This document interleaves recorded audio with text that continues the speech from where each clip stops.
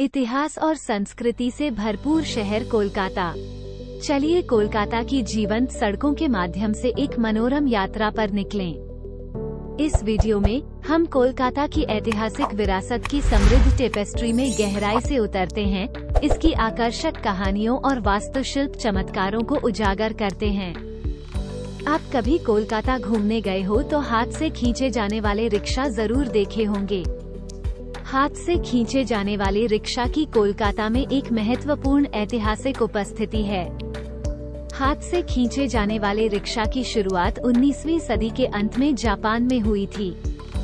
इसे 20वीं सदी की शुरुआत में 1914 के आसपास चीनी प्रवासियों द्वारा कोलकाता में लाया गया था। इसका उद्देश्य शहर की भीड़भाड़ वाली सड़कों पर परिवहन का साधन उपलब्ध कराना था।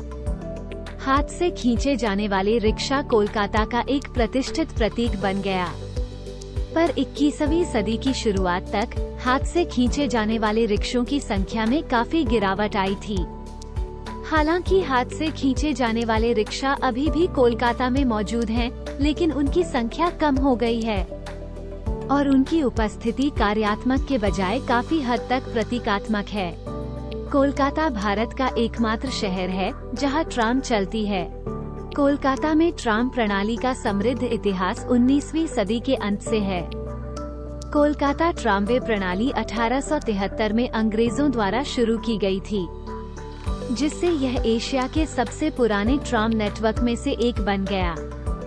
प्रारंभिक उद्देश्य बढ़ते शहर के लिए परिवहन का एक कुशल साधन प्रदान करना था। कोलकाता की बढ़ती आबादी और शहरीकरण को पूरा करने के लिए 19वीं सदी के अंत और 20वीं सदी की शुरुआत में ट्राम नेटवर्क का तेजी से विस्तार हुआ।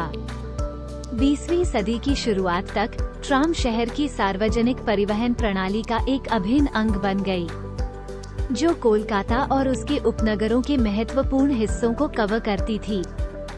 प्रारंभ में ट्राम घोड़ों द्वारा खींची जाती थी, लेकिन 1902 में प्रणाली को विद्युतीकृत कर दिया गया, जिससे कोलकाता इलेक्ट्रिक ट्राम अपनाने वाले दुनिया के शुरुआती शहरों में से एक बन गया। ट्राम कोलकाता का एक प्रतिष्ठित प्रतीक बन गया, जो साहित्य, फिल्मों और कला में प्रमुखता से प्रदर्शित हुआ। अपने ऐतिहासिक महत्व और सांस्कृतिक महत्व के बावजूद कोलकाता ट्राम प्रणाली को 20वीं सदी के उत्तरार्ध में चुनौतियों का सामना करना पड़ा। मोटर चालित वाहनों के बढ़ने और शहर के सड़क नेटवर्क के विस्तार के कारण भीड़भाड़ जगह के लिए प्रतिस्पर्धा बढ़ गई।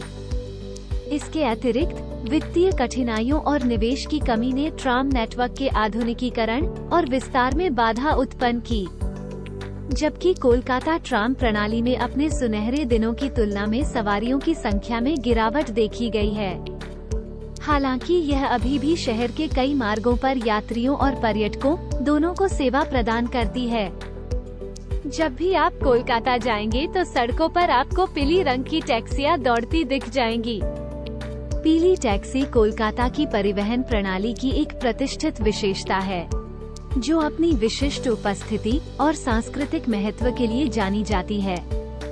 पीली टैक्सी की शुरुआत 20वीं सदी के मध्य में 1960 के दशक के आसपास हुई थी। कोलकाता में पीली टैक्सियां मुख्य रूप से भारतीय ऑटोमोटिव कंपनी हिंदुस्तान मोटर्स द्वारा निर्मित एम्बेसडर कार मॉडल पर आधारित हैं।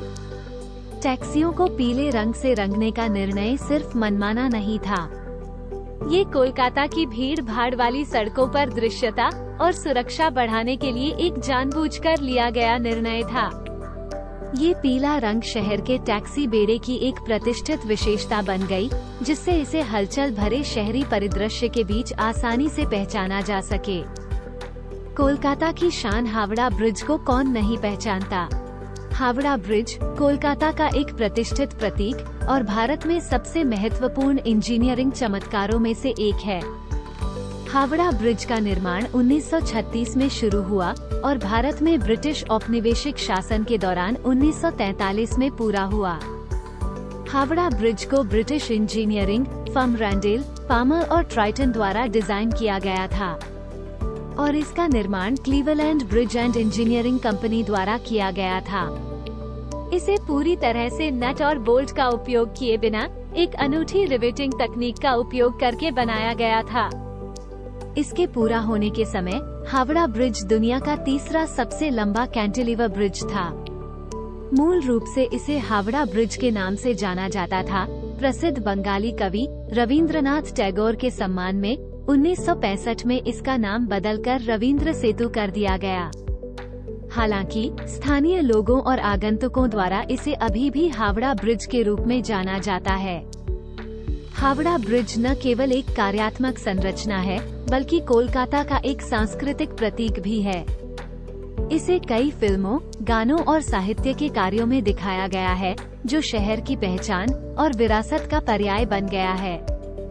7 दशक से अधिक पुराना होने के बावजूद हावड़ा ब्रिज कोलकाता और हावड़ा के लिए एक महत्वपूर्ण परिवहन लिंक के रूप में काम करता है। कोलकाता घूमने के बारे में सोचते ही हमारे मन में एक स्थान का ख्याल सबसे पहले आता है, और वह है विक्टोरिया मेमोरियल।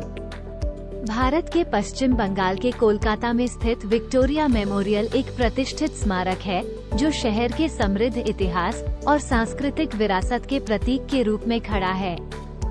विक्टोरिया मेमोरियल का निर्माण रानी विक्टोरिया को श्रद्धांजलि के रूप में 1901 में भारत के तत्कालीन वायसराय लॉर्ड कर्जन द्वारा किया गया था। इस स्मारक का निर्माण 1906 में शुरू हुआ और 1921 में पूरा हुआ। विक्टोरिया मेमोरियल के वास्तुशिल्प डिजाइन की परिकल्पना royal institute of British architects के अध्यक्ष सर विलियम एमर्सन ने की थी।